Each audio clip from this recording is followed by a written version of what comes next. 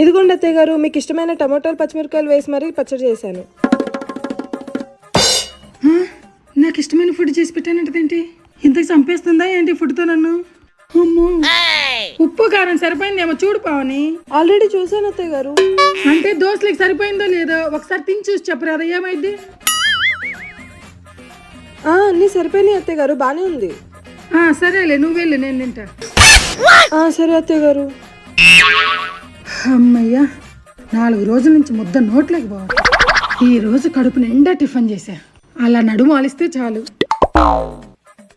అమ్మా, మా అక్కని ఇంత కష్టపెడుతూ నువ్వు మాత్రం వేసేసుకొని సుఖంగా పడుకుంటావా? ఉండు, నీ సంగతి చెప్తా.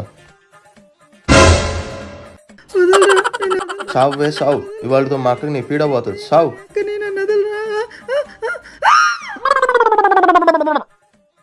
ఏమైంది? కళ ఇదంతా నిజం అనుకొని భయపడి చచ్చామ్మా. సర్లెక్క, నేను ఊరేళ్ళు వస్తాను, నాకు చాలా పనులు ఉన్నాయి. ఇంకా ఈ జన్మలు ఈ ముసలి నీ జోలికి రాదు. చాలా భయపడిపోయినట్టుంది. సరేరా.